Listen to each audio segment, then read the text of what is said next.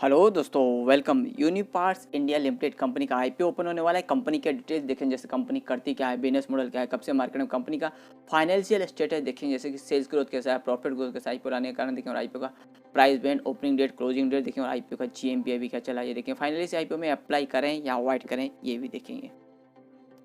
तो दोस्तों, जैसे मैंने आपको कंपनी का नाम बताया, यूनिपार्ट्स इंडिया आईपीओ, जो कि 30 नवंबर को ओपन हो रहा है और 2 दिसंबर 2022 तक चलेगा। और कंपनी अभी करती क्या है, कब से मार्केट में, तो कंपनी की स्थापना सितंबर 1994 में हुई, यानी कि कंपनी को मार्केट में 28 साल पूरे हो चुके हैं। और कंपनी करती क्या है, तो कंपनी मैन्युफैक्चरिंग करती है इंजीनियर सिस्टम एंड सॉल्यूशंस का, जो कि कंपनी इंडिया में प्रमुख सप्लायर है सिस्टम और कंपोनेंट्स का, जो कि एग्रीकल्चर यानी कृषि और कंस्ट्रक्शन, फॉरेस्ट जंगलों और खदानों में यूज होते हैं कंपोनेंट। और कंपनी का ऑल ओवर वर्ल्ड में 25 देशों में प्रेजेंस है। और कंपनी के जो कोर प्रोडक्ट हैं वर्टिकल, जो 3 पॉइंट लिंकेज सिस्टम 3PL और प्रिसीजन मशीन पार्ट्स PMP और पावर टेक ऑफ PTO। और इसके अलावा company fabrication hydraulic cylinder components भी बनाती है। और कंपनी का इसके लिए मैन्युफैक्चरिंग फैसिलिटी है, जो कि 5 मैन्युफैक्चरिंग फैसिलिटी है, जो कि 2 लुधियाना में और 1 विशाखापट्टनम आंध्र प्रदेश में और 2 नोएडा में, यानी 5 फैसिलिटी कंपनी की मैन्युफैक्चरिंग की है।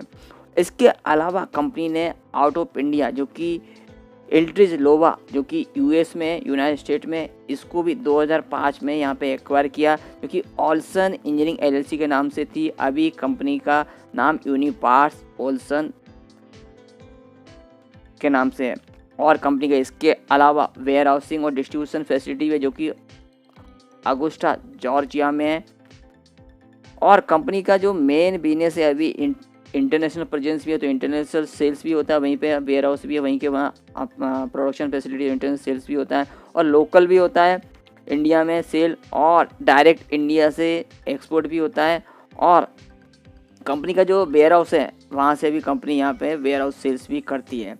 अभी यहाँ पे कंपनी का फाइनेंशियल स्टेटस देखते हैं कैसा है। तो दोस्तों, फिगर करोड़ में ही है, और मार्च 19, 20, 21, 22 4 साल की यहाँ फिगर है। इसके अलावा अप्रैल, मई, जून यानी मार्च 23 के फर्स्ट क्वार्टर की भी यहाँ पे हमें फिगर है। तो टोटल एसेट मार्च 19 में 958.44 करोड़ की, जो कि मार्च 20 में 898.75 करोड़, यानी पिछले साल के मुकाबले यहाँ पे एसेट कम हुए। और मार्च 21 में और भी कम हुई एसेट 893.27 करोड़ की, पर एकदम ऐसा कुछ ज़्यादा फर्क नहीं पड़ा है, पर थोड़ा सा यहाँ कोरोना इम्पैक्ट की वजह से एसेट कम हुए। पर दोबारा कंपनी की एसेट बढ़े हैं मार्च 22 में 1031.18 और जून 22 से 1063.51। मतलब ओवरऑल देखें कंपनी के एसेट यहाँ पे बढ़े हैं, थोड़ा सा यहाँ पे इम्पैक्ट पड़ा है, पर दोबारा कंपनी के एसेट बढ़े। रेवेन्यू ग्रोथ देखें तो 1062.48 करोड़ से मार्च 20 में 938.84, थोड़ा सा कम देखने को मिला। और मार्च 21 में और भी यहाँ पे, यानी पिछले 20 के मुकाबले 21 में बढ़ा है 947.69, पर 19 के मुकाबले थोड़ा सा कम देखने को मिल रहा है रेवेन्यू।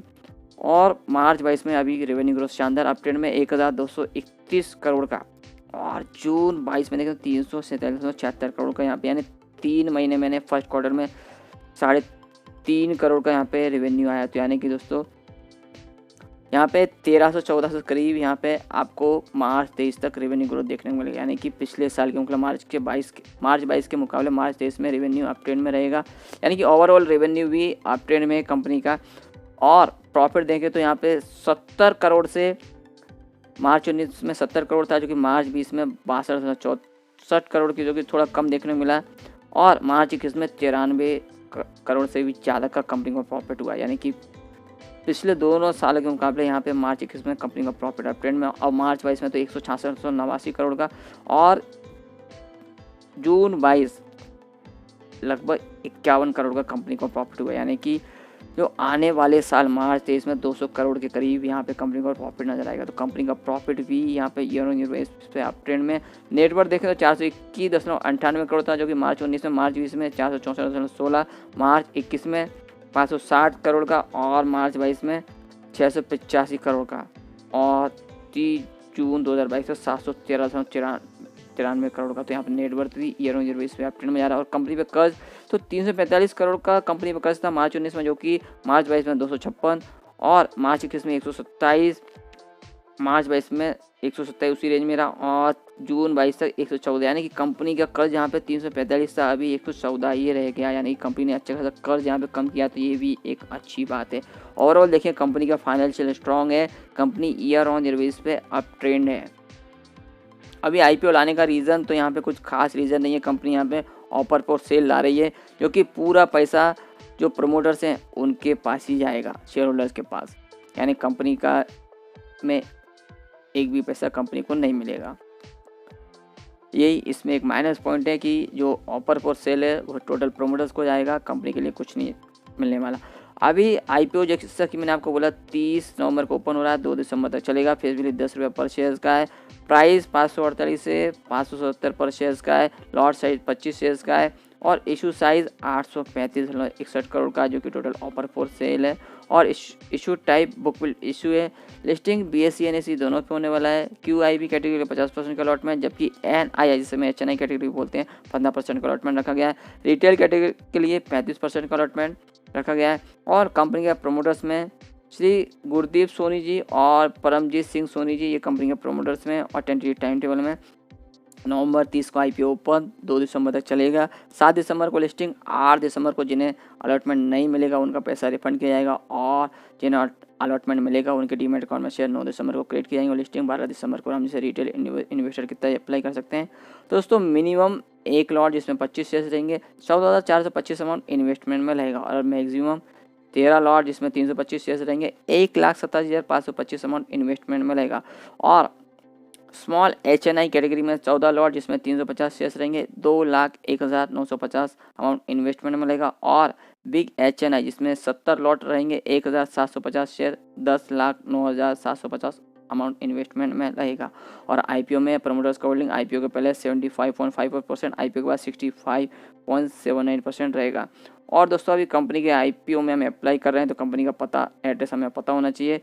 तो ग्रिपवेल हाउस, वसंत कुंज, न्यू दिल्ली का एड्रेस है। Phone number, email ID, website आप यहाँ और भी कंपनी की डिटेल चेक कर सकते हैं। और रजिस्ट्रार कंपनी का link in time India private limited, phone number, email ID, registrar का वेबसाइट हमें अलॉटमेंट स्टेटस चेक करने के लिए उपयोगी पड़ेगा। देखते हैं जीएमपी अपडेट।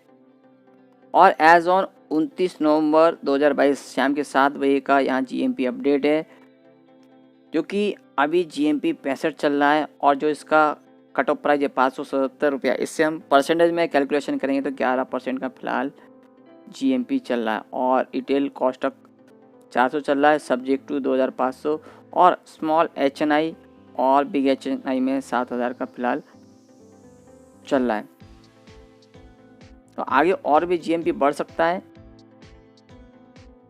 और वैल्यूएशन एंड मार्जिन देखें तो फाइनेंशियल 2022 अर्निंग पर शेयर 36.98 और पी रेशो 14.42 से 15.60, रिटर्न नेटवर्थ 24.35% और NAV 151.82, ROC 31%, EBITDA 22.13% और डेप्ट पर इक्विटी 0.17। तो दोस्तों जैसा कि मैंने आपको बताया कंपनी के फाइनेंशियल एकदम स्ट्रॉन्ग है और company year on year base से अपना रेवेन्यू हुआ, प्रॉफिट को हुआ बढ़ाती जा रही है और कंपनी अपना कर्ज कम करती जा रही है। तो यहाँ पे दोस्तों कंपनी का वैल्यूएशन है वो सस्ता लगाया हुआ है। और पियर्सन कंपनी में और भी कंपनियाँ हैं, बालकृष्णा, भारत फोर्ज, रामकृष्णा फोर्जिंग, पियर्स कंपनियाँ हैं। तो अभी इस कंपनी के आईपीओ में अप्लाई करें या अवॉइड करें, तो दोस्तों इस कंपनी के आईपीओ में हम अप्लाई करेंगे। हालांकि इसमें ऑफर फॉर सेल यानी कंपनी जो आईपीओ का पैसा है कंपनी के यहाँ पे ग्रोथ में कुछ भी लगने वाला नहीं है, पर आगे चल के कंपनी में और भी ग्रोथ होगी जिससे हमें आगे चल के अच्छा इसमें गेन मिल सकता है और लॉन्ग टर्म व्यू से भी आप इसमें बने रह सकते हैं। तो दोस्तों और भी आईपीओ आ रहे हैं और भी अपडेट आते रहेंगे। अपडेट के लिए प्लीज़ लाइक शेयर और सब्सक्राइब चैनल।